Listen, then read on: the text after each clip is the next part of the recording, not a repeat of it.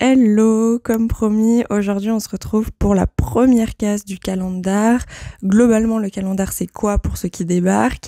C'est un calendrier de l'Avent artistique où chaque jour je vais vous parler d'une œuvre de façon quand même succincte, suffisamment pour que vous puissiez avoir des informations importantes, mais dans un format quand même plus court pour que moi de mon côté ce soit plus digeste à faire et vous aussi plus digeste à regarder chaque jour jusqu'au 24 quand même, donc ça va faire pas mal de vidéos. Aujourd'hui on part au Mexique et plus particulièrement au Templo Mayor de Mexico.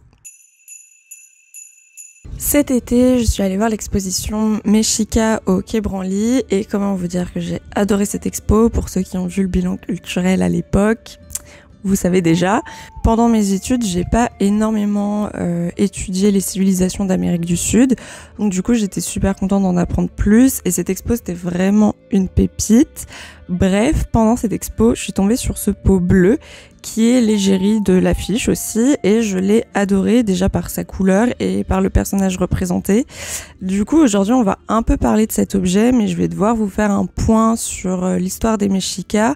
À mon avis, vous les connaissez plutôt sous le nom d'Aztèques, mais ce terme a été créé au 19e siècle par le naturaliste allemand Alexander von Humboldt. Le mot, il est construit à partir de l'île Aztlán, qui désigne les terres d'origine des Mexicas. Cependant, cette civilisation, elle se désigne elle-même sous le terme Mexica. Donc aujourd'hui, même si on trouve le mot aztèque, il est devenu un peu obsolète et vaut mieux utiliser le mot Mexica.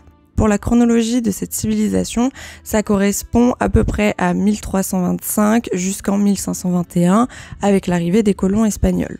L'œuvre d'aujourd'hui, elle date du 15e siècle et elle fait partie du résultat des fouilles du Templo Mayor de Mexico. Ce temple, c'était vraiment le centre de la capitale mexica Tenochtitlan, que j'ai du mal à prononcer, mais je crois que j'ai réussi, qui est aujourd'hui l'actuel Mexico. Ce temple, il est malheureusement détruit par les colons espagnols dirigés par Hernán Cortés, qui vont détruire toute la ville et réemployer les pierres pour construire leur capitale coloniale. Et il faudra attendre 1978 pour retrouver la localisation historique du Templo Mayor.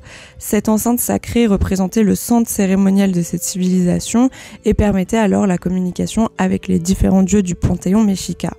C'était une pyramide géante avec un mélange de pierre, de terre, de chaux, de sable et de bois, édifiée au XIVe siècle et sans cesse réaménagée jusqu'à sa destruction.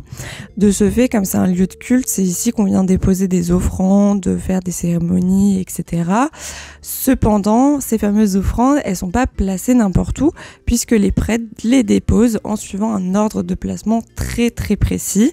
Les offrandes, elles sont faites à des moments particuliers de la vie de la société, comme une construction, comme la fin d'un cycle, un rite de passage, une victoire militaire, une catastrophe naturelle, etc., etc. Par exemple, pour l'œuvre d'aujourd'hui, on la retrouve dans la zone dédiée au dieu de la pluie qui s'appelle Tlaloc. Le dieu, il est représenté sur cette jarre et on reconnaît ses caractéristiques, donc la couleur bleue, les dents longues, les grands yeux ronds, le nez torsadé en forme de serpent. Pour faire une offrande au dieu, on pouvait aussi enterrer des pots bleus, pas forcément à son effigie. Il n'était pas placé à la verticale, donc l'ouverture vers le haut, mais à l'horizontale. Dans celui d'aujourd'hui, on a placé des perles de pierre verte et des coquillages de nacre. Dessous, on plaçait une coupelle au niveau de l'ouverture. Et ensuite, elles étaient soigneusement enterrées, ce qui a permis une très bonne conservation qui nous est arrivée jusqu'aujourd'hui. Alors du coup, pourquoi les mettre à l'horizontale? Parce que c'est un peu particulier. Pour cela, il faut un petit peu parler du dieu. Il est dit que Tlaloc avait une demeure composée de 4 pièces construites autour d'une cour. Il y avait au centre 4 grands bassins dans lesquels ses assistants puisaient de l'eau.